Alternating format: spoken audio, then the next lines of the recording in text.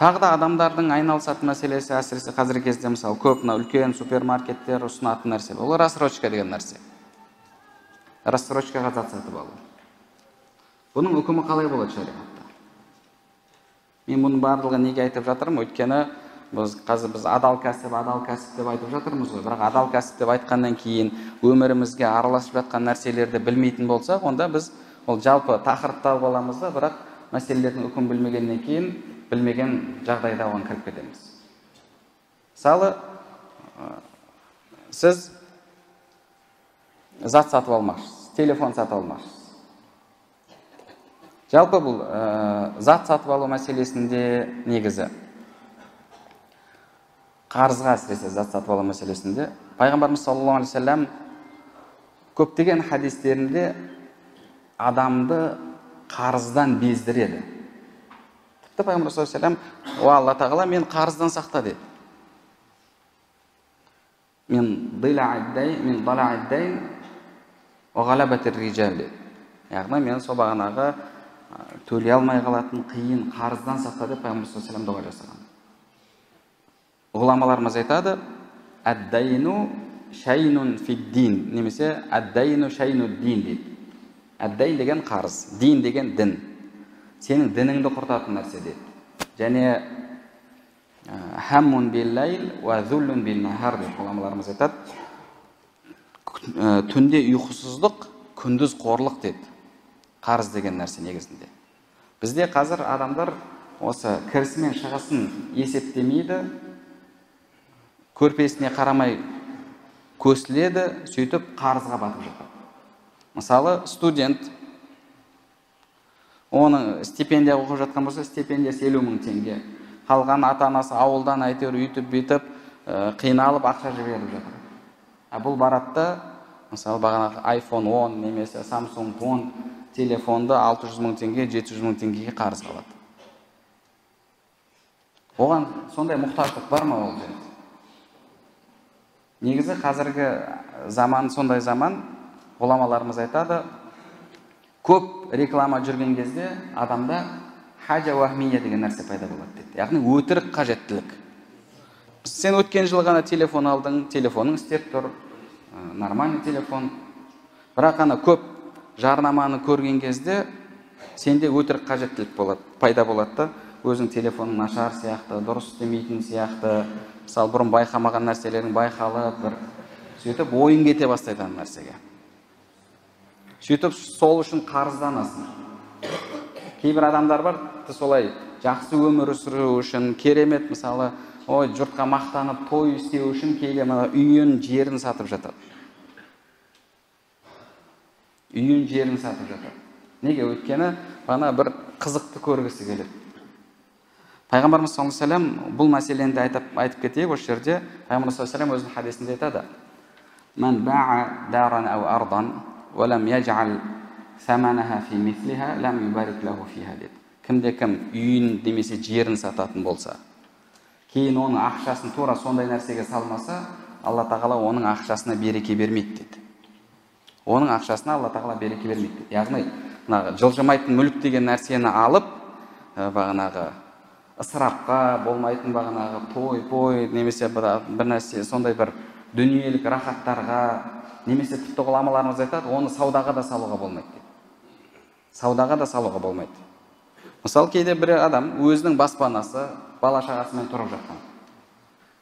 Соны сатады да, айтады, қазір сезон келіп тұр, мына нәрседен қазір жақсылап сататын болсақ, мысалы бағанағы күздің басында, жаздың соңында мынау мектептің заттарын мысалы көптеп алып қазір сататын болсақ, үйінде ақшасын шығарып аламыз, тағы да сондай, тағы да мысалы тура сондай ақша жинап аламыз дейді.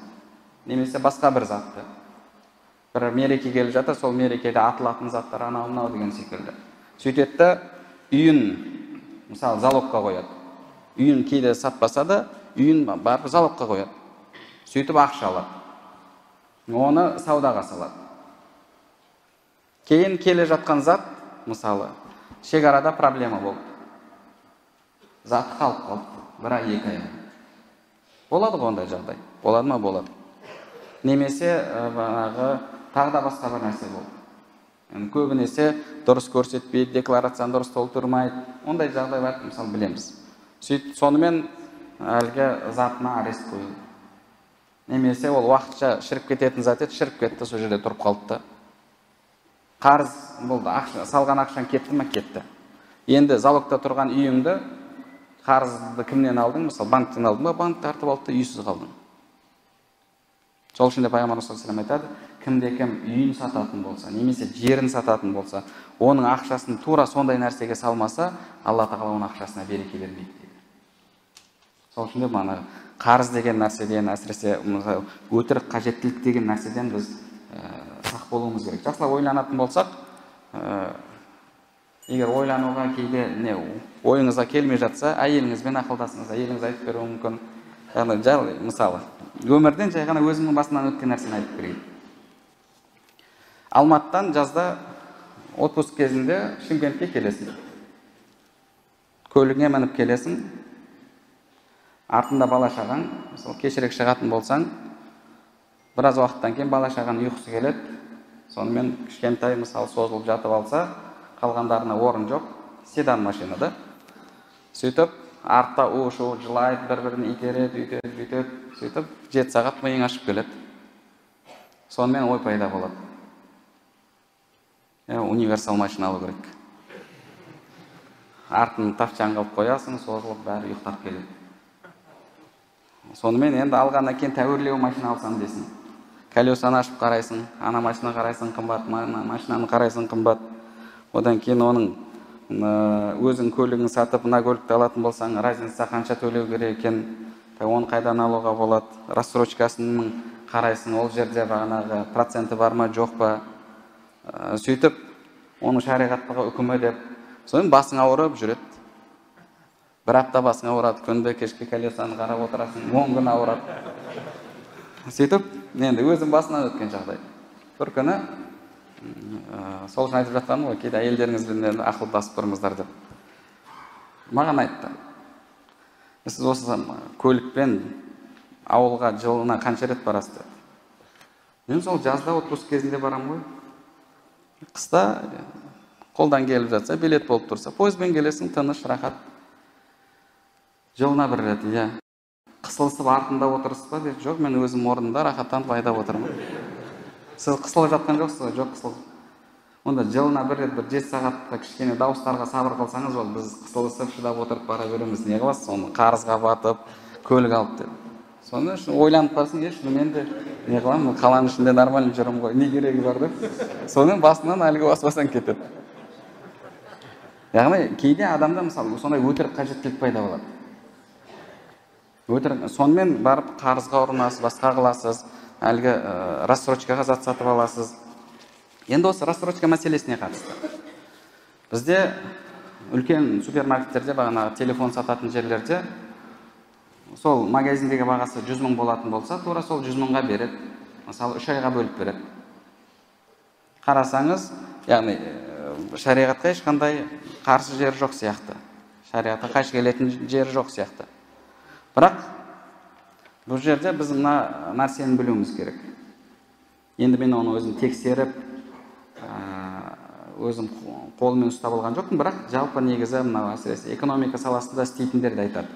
Енді көп адамдарда нақты ақша жоқ, рассрочкаға алғандықтан да, былайша айтқанда, клиентті банк тауып беріп жатқан сияқты. Сол үшін де негізінде мысалы сіз 100 мыңға алғаныңызбен банк сіздің атыңыздан ақша төлеген кезде ол 90 мың төлейді деді. Себебі банк арқылы алған кезде банкпен арасында келісім бар, сол бойынша оған арзандатып береді деді. Бірақ сіз 100 мың теңге қарыз боласыз, ол 90 мың берді, сөйтіп 10 мың теңгені сізден пайда көреді. Ол пайда көрмесе не үшін оны? Ешқандай мысалы қосымша ақшасы жоқ, басқасы жоқ, не үшін сізге төлеп отыр? Осындай пайда көретін жағы бар деді. Жарайды, енді ол екеуінің арасындағы мәселе, жасырын мәселе, мен оған қатысым жоқ қой деп айтуыңыз мүмкін. Енді бұл жерде екінші мәселе бар. Сол, мысалы, 3 айға бөліп берген кезде, 3 айдың ішінде төлеп біте алмасам, немесе әр айдың мысалы 15-іне дейін деп берсе, 15-нен асқан кезде мен әр күніне мысалы 0,5% бағанағы несін төлеймін, процентін төлеймін деген сияқты, сіз ана жерге келісім шартқа қол қоясыз. Келісім шартқа қол қоясыз. Бұның шариғаттағы үкімі қандай? Шариғатта оған рұқсат жоқ негізі. Басым көпшілік ғұламалар рұқсат емес дейді. Неге? Өйткені сен харам нәрсеге ол жерде ерікті түрде өзің қол қойып жатырсың. Яғни оған басқа бір мысал келтіретін болсақ, сіз әлгі адамға айтып жатқан сияқтысыз, сізге қарыз беріп жатқан адамға. Егер мен 3 айда осы қарызды төлеп бермесем, онда барып бір бутылке арақ ішемін деп, мысалы. Сіз солай қол қоя аласыз ба? Мысалы, мен 3 айға сенен қарыз алып жатырмын, 3 айда қарызымды төлемесем, барып бір бутылке арақ ішемін деп. Қол қоя аласыз ба? Қол қоя алмайсыз, дұрыс па? Немесе барып біреумен зина жасаймын деп. Қол қоя алмайсыз ба? Ал бірақ мен рибамен, процентімен ақша төлеймін деген кезіңізде, сіздің соған қол қойып жатқан кезіңізде, ол сөзіңізбен мына сөздің арасында айырмашылық жоқ, себебі екеуі де күнә. Тіпті риба ол зинадан үлкен. Пайғамбар саллаллаху хадисінде айтылғандай, риба зинадан үлкен. Сіз соған қол қойып жатырсыз.